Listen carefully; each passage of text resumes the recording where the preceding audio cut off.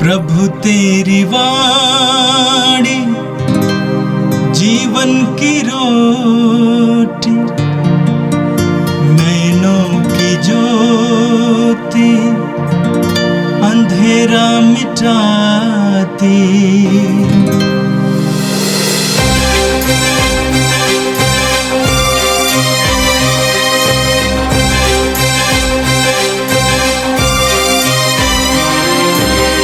प्रभु तेरी वाणी जीवन की रोटी, नैनों की ज्योति अंधेरा मिटाती।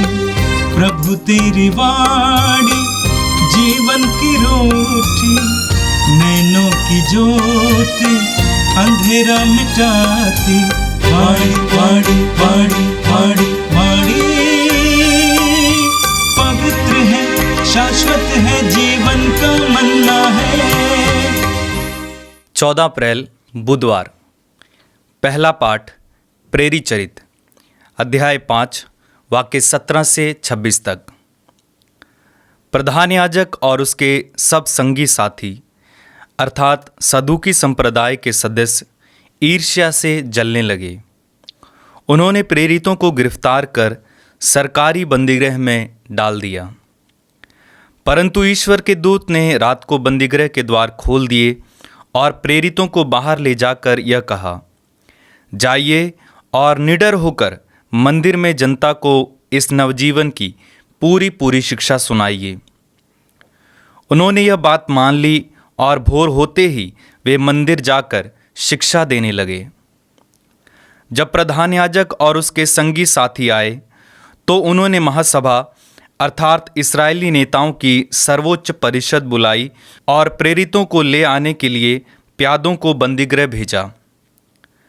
जब प्यादे वहां पहुंचे तो उन्होंने प्रेरितों को बंदीगृह में नहीं पाया।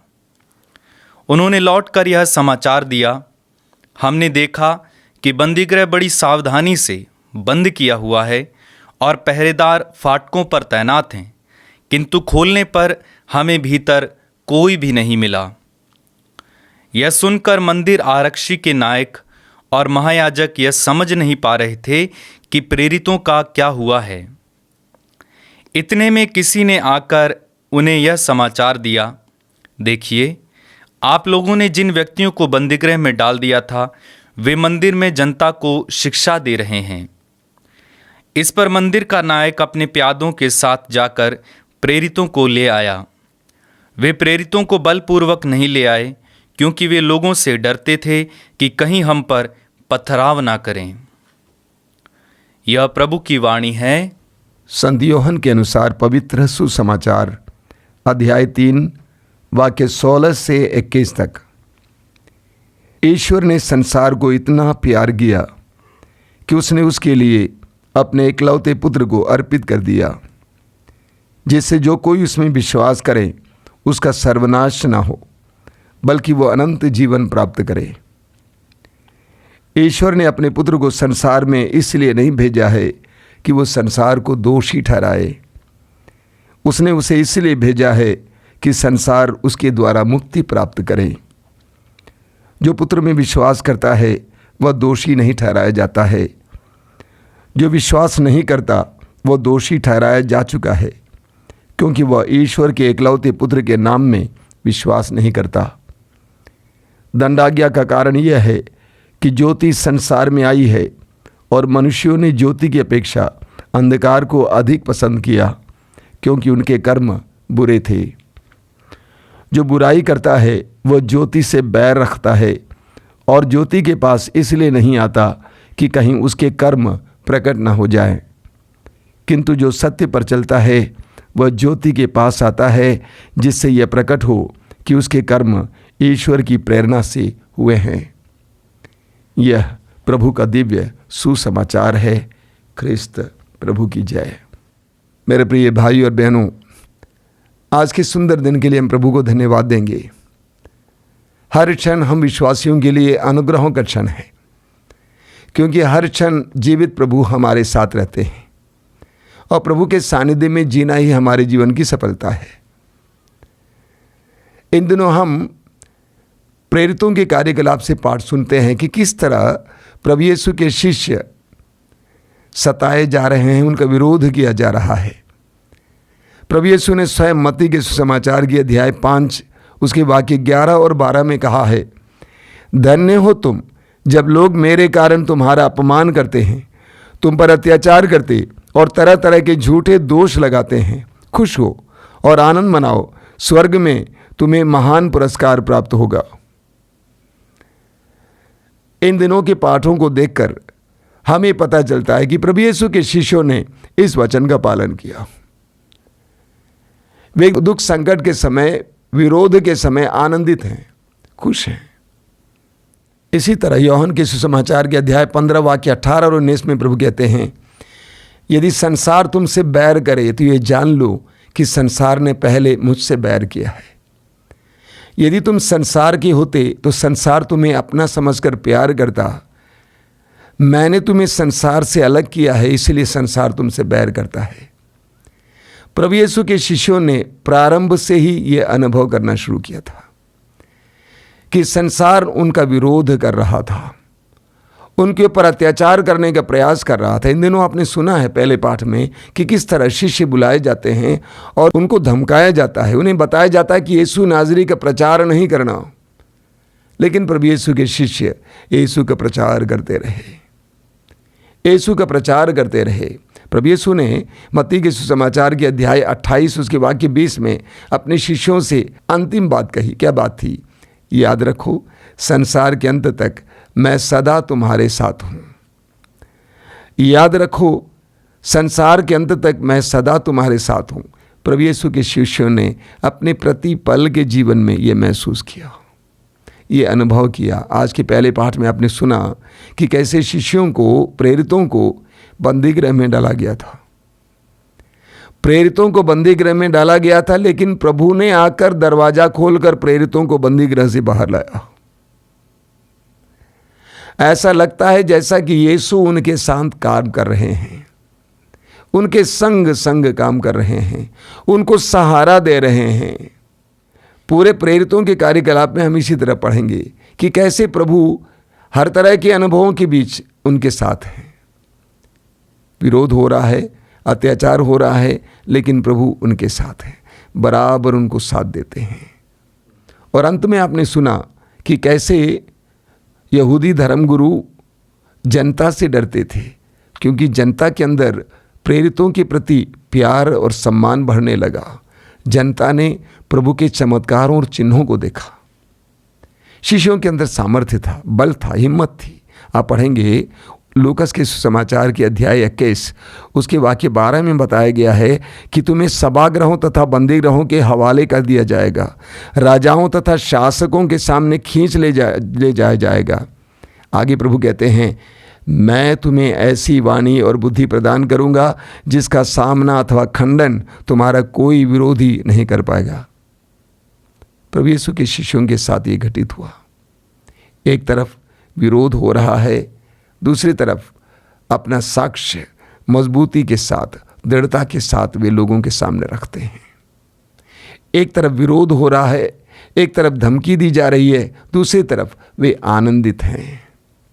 और आज के सुसमाचार में प्रभु यीशु स्वयं हमें बताते हैं कि उनके संसार में आगमन का उद्देश्य क्या है, यानी प्रभु यीशु किस मिशन के लिए संसार में आए।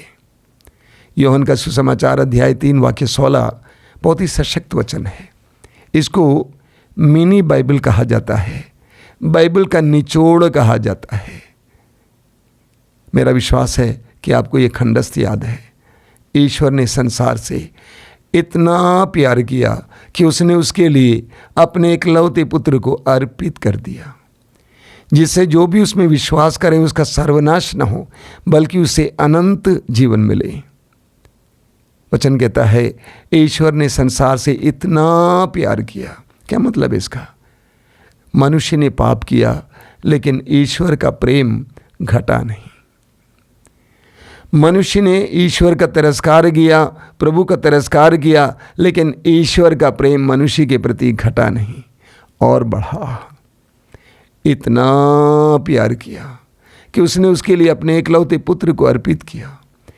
यीशु को ईश्वर ने हमारे लिए अर्पित किया, दे दिया, और जो भी इसमें विश्वास करे उसका सर्वनाश न हो बल्कि उसे अनंत जीवन मिले। प्रभु यीशु के इस संसार में आने का उद्देश्य यह था कि हम अनंत जीवन के योग्य बने, हमें अनंत जीवन प्राप्ति में सहारा देना, शक्ति देना प्रभु यीशु का काम था। पापमय अवस्थाओं से हमें उठाकर, पाप के जंजाल से हमें हटाकर, पाप के दलदल से ऊपर उठाकर हमें अनंत जीवन के योग्य बनाना, यही प्रभु यीशु के आगमन का उद्देश्य था, आने का कारण है, उनका मिशन है, हमें अनंत जीवन के योग्य बनाना। उसके लिए क्या बताया गया है? यीशु पर विश्वास करना।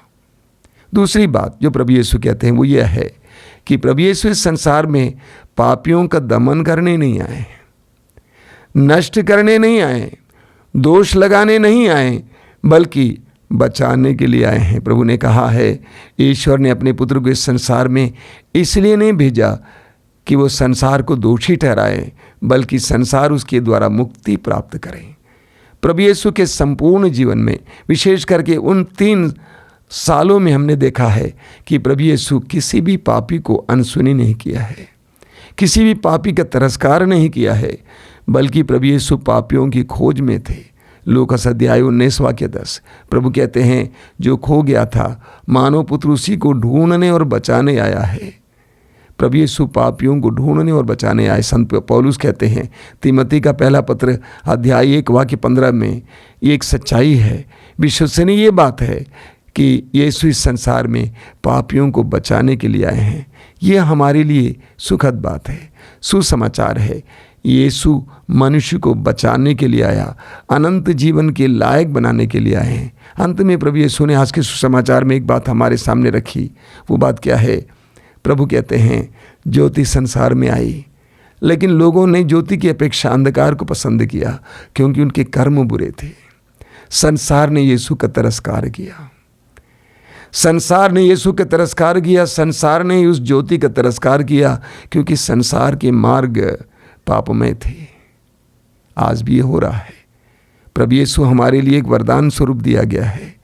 यूहन्ना के सुसमाचार के अध्याय 4:10 में हम पढ़ते हैं कि प्रभु यीशु हमें एक तोहफे के रूप में, एक वरदान के रूप में दिया गया है, लेकिन संसार के लोग यीशु का स्वीकार करने को तैयार नहीं हैं। मुख्य कारण क्या है? पाप, अंधकार। हम सारे संसार के लिए आज प्रार्थना करें कि यीशु को लोग स्वीकार कर सकें, यीशु पर विश्वास कर सकें, यीशु को अपना मुक्तिदाता ग्रहण कर सकें, स्वीकार कर सकें। आइए हम प्रार्थना करें। हे प्रभु यीशु, धन्यवाद देते इन पलों के लिए, धन्यवाद देते हैं तेरे पवित्र वचनों के लिए।